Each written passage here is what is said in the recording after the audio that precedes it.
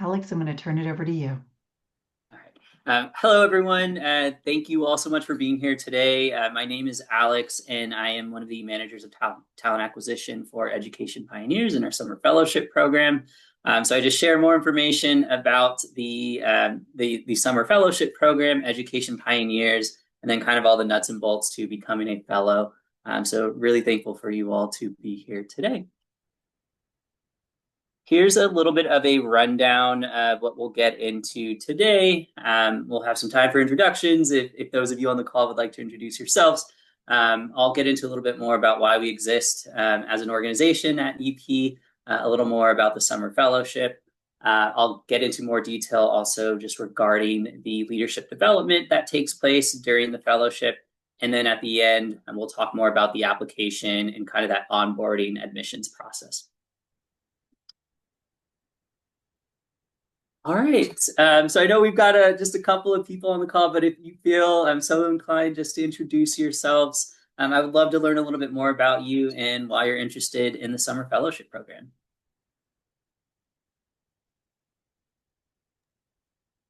And if you also feel more comfortable writing it into the chat too, that's perfectly fine.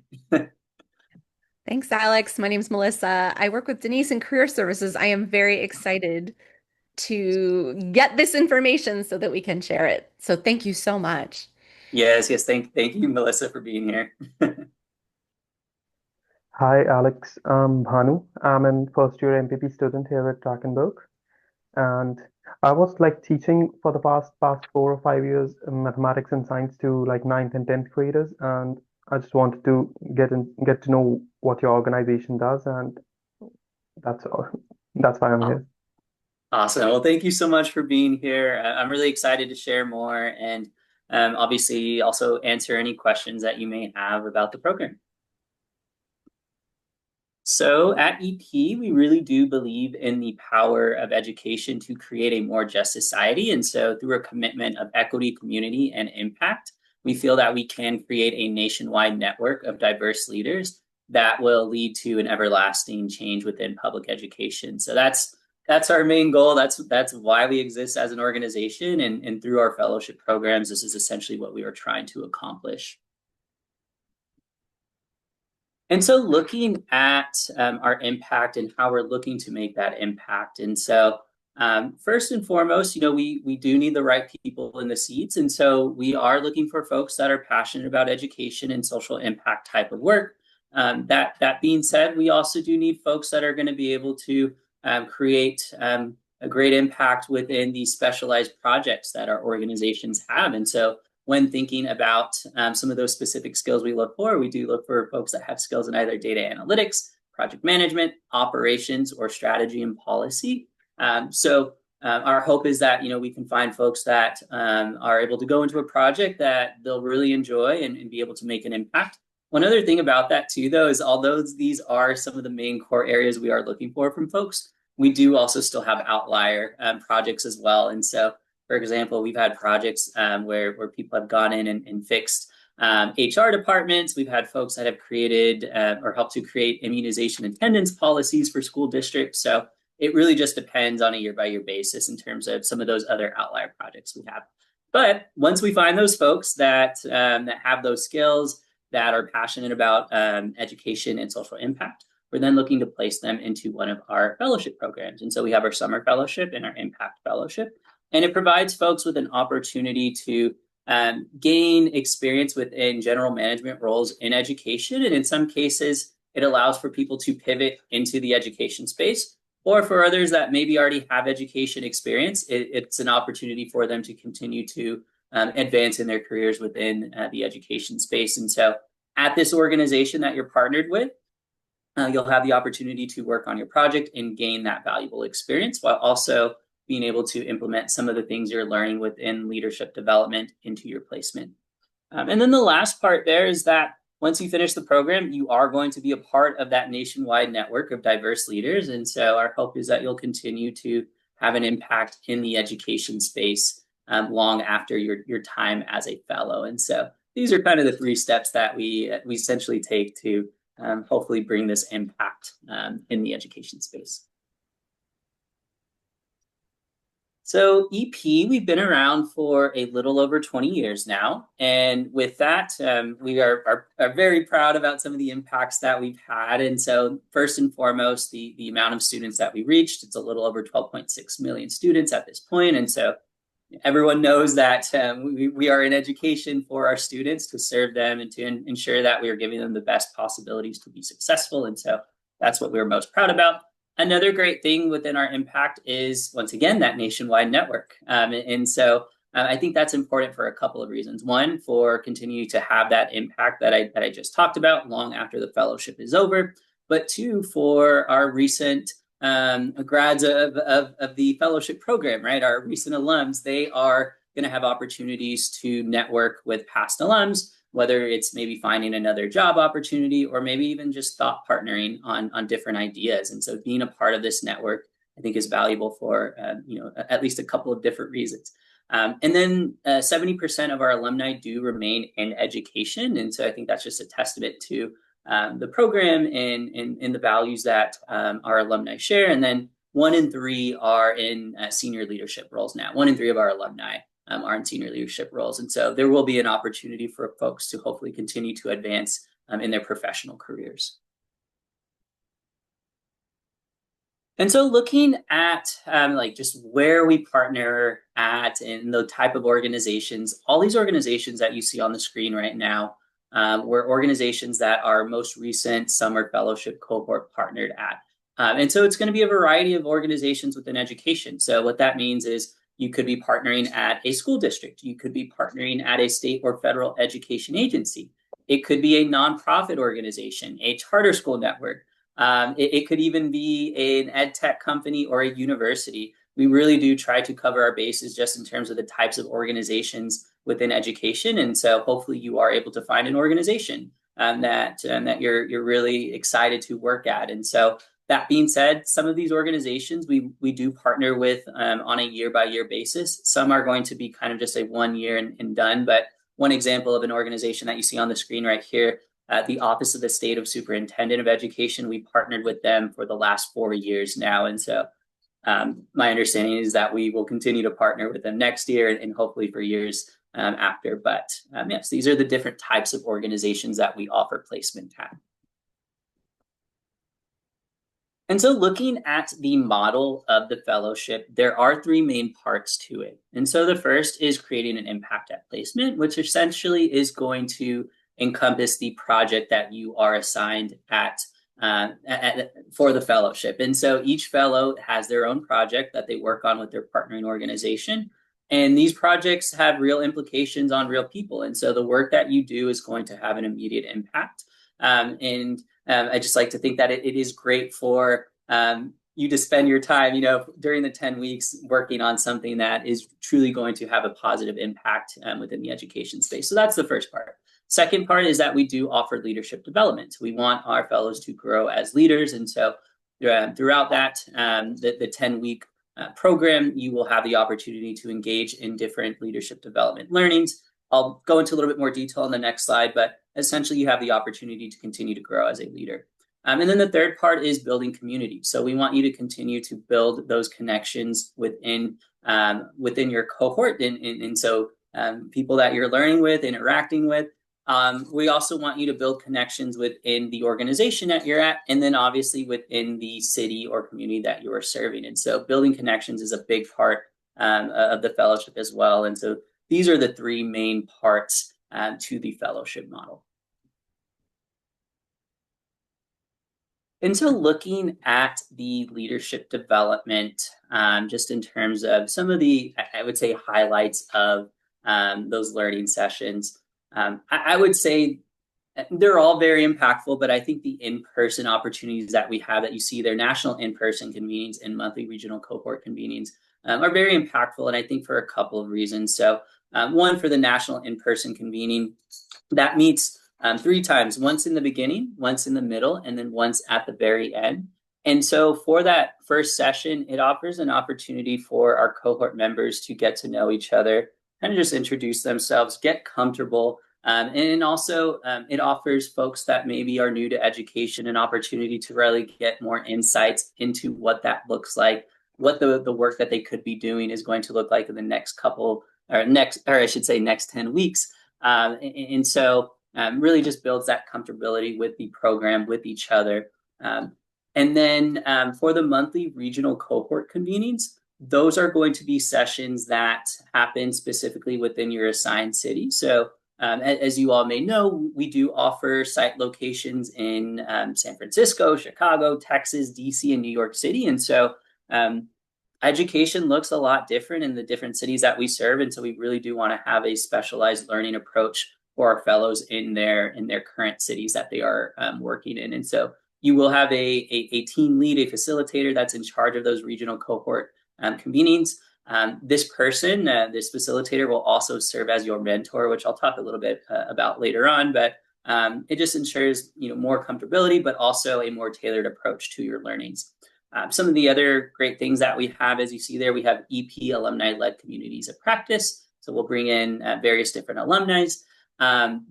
The sessions will vary. It could be discussions around current events. It could be discussions around maybe struggles within your placement as a whole. It could even be discussions just around what's coming next after the fellowship. And so it offers kind of just an opportunity for you all to really share ideas, experiences in a common place that is safe and just allows for more organic kind of conversations to take place. And then we do also bring in local leaders as well. Those will be within the education space or social impact. So in the past, we brought in state representatives, we brought in CEOs, essentially anyone within the education and social impact space to come in for you all to learn from, network with, and just have the opportunity to continue to build your vision as a leader in the education space. And so kind of just closing out with the four main pillars, these are things that as fellows, you'll obviously get to go into much more detail and experience within those 10 weeks, but briefly just touching on each one. Personal leadership and identity development. One of the big deliverables for the leadership development is that we want you to develop a plan for yourself as a leader in the education space. And so that's one thing that you'll get to work on throughout the 10 weeks of the program. Alongside your cohort, but also your mentor. And so that's one thing there. Vision driven towards impact. A lot of that has to deal with the project that you are working on and having an impact with. Systems thinking is going to be another part of the fellowship learning, and then racial equity and inclusion. And so just making sure that we are all being leaders that are being inclusive to all members of the communities that we're serving, and making sure that those members are being represented in the best way possible for them to be successful in the ways that we lead. And so these are just four of the pillars that we'll really get into when dealing with the leadership development. And so as a fellow, you will have a couple of different commitments. As I kind of touched on before, you will have a mentor from EP that you'll get to meet with on a regular basis, that you'll get to check in with, just to check in as a person to see how your placement is going. And this person will also be there to offer any supports throughout the way. If there are any questions or challenges or things that do arise within your placement. Likewise, for your partnering organization, you will also have a manager of record that you'll get to meet with on a regular basis to check your progress towards goal, and maybe even just calibrate on performance. And so you'll get to meet with this person on a regular cadence. Maybe it's weekly, bi-weekly. And then one other thing too to mention about the partner commitments, you will be a part of a lead team at your organization. So although you will be working on this project, and you are the leader of the project, you will have your manager, but you'll also have other team members at your organization as well to offer supports within the work that you are doing.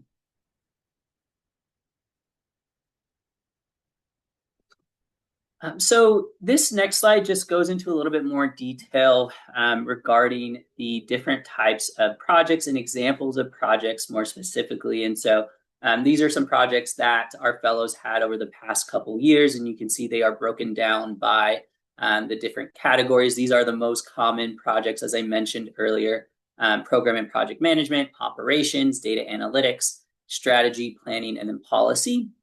And so just some examples here. And our hope is that by having these different types of projects, you will be able to find one that you're very passionate about and be able to work on. For me, just picking out one from this list, having been a former educator, the data analytics project and our fellow working with a school district and nonprofit to combat the teacher shortage. Teacher retention is such a huge deal within education. And so this fellow going in with some teaching experience, but also able to analyze some of the data that was presented to them, we're able to recommend just different strategies to really improve that teacher prep experience. And so my hope and I think our hope as an organization is that you will find something that you are very passionate about within the variety of projects that we do have.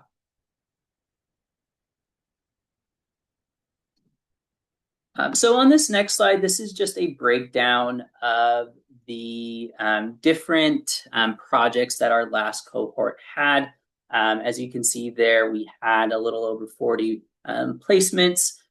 There, I would say on a year-by-year basis, the amount of projects per types, I should say amount of projects per category are going to be around the same. The exception operations this year was a little bit lower, but those opportunities are going to be pretty evenly distributed across the board. And then one other thing to note is yes, you are a summer fellow and that is, a title that you have.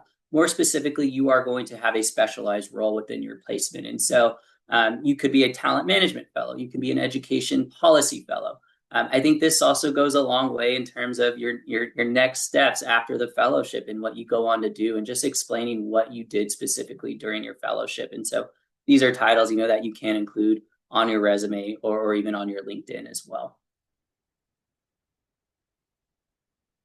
And so just a little bit more additional information about the program itself. As I mentioned, we are going to be in these following cities for this upcoming cycle. When you fill out your application, you actually are open to select more than one city. So if you were maybe interested in DC, but maybe you're also interested in New York City, you can select both of those and be and the opportunity to interview with organizations in both of those cities and eventually be placed in one of them. And so we do give you that option for selecting more than one city. The fellowship itself also does offer a stipend of $10,000 for the 10 weeks, in addition to a benefits package if you're wanting to opt into that. My understanding is that the stipend is going to be paid out on a bi-weekly or once a month basis. That just depends on the organization that you are partnered with, since they will be the one that is sending you your paycheck during that time. And then the fellowship is slated to start on June 8th and then run for 10 weeks until early to mid-August. All right, so here is just here are some bullets on our eligibility requirements. We did have a couple of big changes this year. One thing that hasn't changed, we are still requiring for folks to have at least a bachelor's degree and 2 years of full-time work experience. There is an exception there, though, for folks that are in a graduate program or have a graduate degree. They only need 1 year of full-time work experience. And one thing to note here, too, is let's say we're in November, and let's say that you have, let's say you have 7 to 8 months of experience right now. If you are still working full time and you are in school and you have the full year before June, you are still eligible for the program. So you are still able to accrue that experience up until June to be eligible for the program. The other big change that we did also have, unfortunately, is now the fellowship is only open to full-time U.S. Citizens, and so permanent residents or green card holders are ones that are eligible for the program. And then just a couple of other things to note. We do want to make sure that folks that do go into the program are committed to advancing equity in education and folks that are just really passionate about this type of work.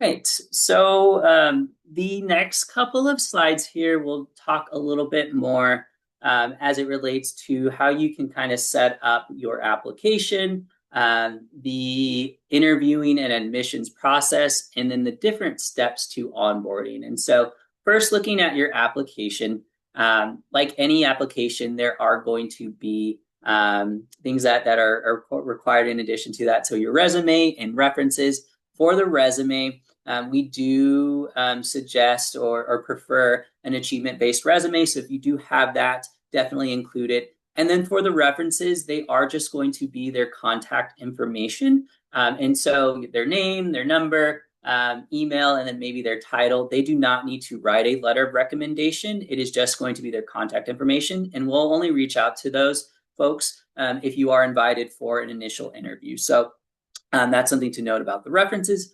For the application itself, it is going to be short answer responses and project descriptions. And so I would say the most important part of the application is going to be those project description section. Really just giving yourself time to answer and describe those projects in as much detail as possible, including any data, metrics, benchmarks that you use, just to help you do the job that you did during this time. We obviously review those project descriptions within your application, but if you make it to the final round of interviewing, we do also share those with your partnering organizations. And so we really just want to make sure that you're putting your best foot forward when filling out your application. As you see there at the bottom, our upcoming deadline is December 9th. That's our priority round deadline. But once you submit your application, typically you'll hear back within around 2 to 3 weeks with next steps. That next step, if your application is accepted, is going to be an in-depth alumni interview. That is typically going to be, that will be virtual, so either over the phone or via Zoom. And then you'll be able to schedule that at a time that works best for you. So if during the day works for you, or maybe the evenings are better, even weekends, we have times all across the board for you to schedule that. And then my understanding is that those interviews will have more behavioral types of questions, in addition to also asking you why you're interested in the program. I believe that the later on interviews, the final interviews will be more case study, maybe have you do some type of pre-work that you'll have to produce for the organizations. So let's say you interview, you have a successful interview, you then will move on to the next step, which will be the finalist, the finalist stage, where at this time you'll have the opportunity to either accept, or maybe you've accepted another job, so you pull out of the process. But finalist invites will all be going out in January at the same time for folks that apply by that December 9th deadline. So in January, you'll find out that you're a finalist. If you accept that invitation to continue on being a finalist, you will then receive a list of organizations. And so as you see here, these preferences, we will look at your preferences when generating this list. And so essentially what this list is going to encompass are organizations that are within the city or cities that you're interested in, while also having attached projects within your preferred project profile. So for example, once again, if you are interested in only living in the Washington, D.C. area, we'll make sure that all organizations are within Washington, D.C. And then if you're interested in projects within operations, we'll make sure that all of those organizations in DC have projects within operations. And so from that list, you'll then be able to rank those organizations, go on interviews with some of your top choices, and those interviews will take place. But just to give you a kind of a full rundown of that timeline of what it looks like, because it is a little bit of a longer interview kind of timeline. So as you see there, January finalist invites will go out. That is also the time that you'll receive the list of organizations. Stage 2 is when you start interviewing with your organization. So from that list, you interview with your top choices from that list. Your interviewing takes place in February and March. March is when we will then ask for you to rank your organization again post-interview. The organizations will rank you and other folks that they interviewed. And based on the mutual rankings, that's when we start creating the assignments for placement. So as early as March is when finalists will be notified that they are fellows in the program. And so let's say you get a match in March, you'll then move on to stage 4, which is the transition to placement. You can think of that as more of the traditional onboarding process. So at this time, fellows will be able to meet with different EP programming team members you'll get to onboard with your partnering organization, and then you'll start to engage in some pre-learning for the leadership development sessions. So this is the typical timeline, or this is the timeline for our priority round deadline. One thing to note though, so as I kind of showed you on this slide here, December 9th is our priority round deadline. There's a couple of advantages to applying for the December 9th deadline versus our February deadline.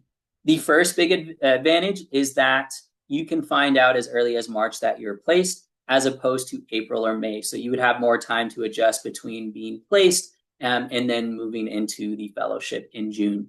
The second big advantage, and probably the bigger advantage of the two, is that you have a second chance built into the process. So just because someone interviews with organizations does not guarantee that they will get matched with an organization. So when you're interviewing here in stage 2 and stage 3, there's unfortunately no guarantee that you will match with an organization. But let's say that you do interview, you don't get a match the first go around in February and March, you'll have a second opportunity in April to interview with another group of organizations and hopefully get matched. So there is a second chance that's built into the process for folks that apply by that December 9th deadline. So just one thing to note there. And so in that case, the timeline would look a little bit different, but those are the two biggest advantages to the priority round deadline. All right, so just to close out with additional tidbits and things to hopefully help you ace your application and give yourselves a strong chance to move on. So we are really looking for folks to highlight experience that demonstrates work in those core areas, as I mentioned, data, operations, strategy, policy, program, project management. Also, submitting an achievement-based resume is going to be preferred. Really focusing on those project descriptions again, giving yourself as much time as possible, really just to include all the detail that you can. And then a couple of things that I didn't mention. We do promote this as a leadership fellowship, so we really do want to make sure that folks going into the program are comfortable with leading on their projects and being in that type of environment. And so if you do have any leadership experience, definitely sharing that, whether it's on your resume or some of the short answers within your application. Leadership obviously looks a little bit different for everyone. And so some things just to keep in mind, maybe you led on research, or maybe you managed a team, or you mentored an individual, or you created some type of program or project, anything along those lines, and in between. Those are just some things that you can kind of think about. And then a commitment to social impact. And so we want people that are passionate about this type of work. If you do have experience in this type of work, maybe you volunteered, you tutored, you taught, that's great. Definitely include that, I think, at least within your resume. And if you don't have any education or past social impact experience too, that's fine. But just making sure that, that comes across, I think, within, some of your answers, because we do want people to be obviously aligned with just being passionate about those things. So these are just some additional things that you can really think about when filling out your application. All right, so I know that was a lot of information, but I do want to offer some time for any questions that you all may have. Yeah, thank you. Sorry I was late. No worries. I might have missed this. My dad's in Turkey on business and it's his birthday today. But were you a fellow yourself? I wasn't fellow, no. Okay. Oh yeah, no problem. And so what would you say is like the most prominent type of organization, fellows get matched with? Yeah, I would probably say school districts and I would say nonprofits or state federal education agencies. I would probably say more nonprofits now, just because of the state of things. But Yeah. I would say, school districts are everywhere. So they are, I would say probably one of our more common organizations that fellows partner with. Gotcha. And so like with school districts, do those and nonprofits, do they typically favor one or two different of those pillars, or do they, opportunities for all four of them there? Yeah, so you mean the leadership development pillars? Yeah. Yeah, so our hope is that they value all four of them because Yeah. we do vet the partnering organizations. We have a team that works with them to see and just make sure that they're aligned, kind of with our vision and our goals. And also when they come to us with their project proposals, those are things that we also look at to make sure that they are aligned with those things. So our hope is that they're following all four of those. But obviously. Things are different for different organizations. So I would say all four, yes. Gotcha. Okay. And I guess my last question is like, what's the typical background fellows typically have before coming in? Yeah, that's a great question. So I would say for our summer fellowship, we get a lot of folks with either business backgrounds, public policy, and then education. That being said, though, you probably heard me say earlier, we really do get folks with diverse backgrounds in other areas. So we've had folks with like finance backgrounds, chemistry backgrounds, law backgrounds that have all gone in and worked on various different projects. But I would say probably business policy education tend to be the most common experiences that we see. Gotcha. Thank you. That's all I got. Thank you for the questions. I think that's everything, Alex. Melissa, Perfect. do you have any questions? Perfect. And then I just have one additional slide for next steps, and this will be on the slides that I shared with you all. So if you want to reach out to me to just have a one-on-one conversation, maybe you have additional questions, you can do that. I also have an email there that you can reach out to for like just one-off questions. Maybe there's a question you have about the application or, once again, any one-offs. These are just some helpful links there that you can utilize. Also at the very bottom, if you can't find your application, it's right there. So this is all included on the slides that will be shared with you all. But yes, just wanted to provide additional points of contact if needed. Well, with that, I want to thank you very much for this presentation. I have mentioned to Alex before I've known many people who have done Education Pioneers in the past 20 years that I've been working in career services. It is an extraordinary program. So I'm hoping that as we disseminate this information to people who were not able to attend today, we will get a lot of applicants. So thank you so much. Thank you.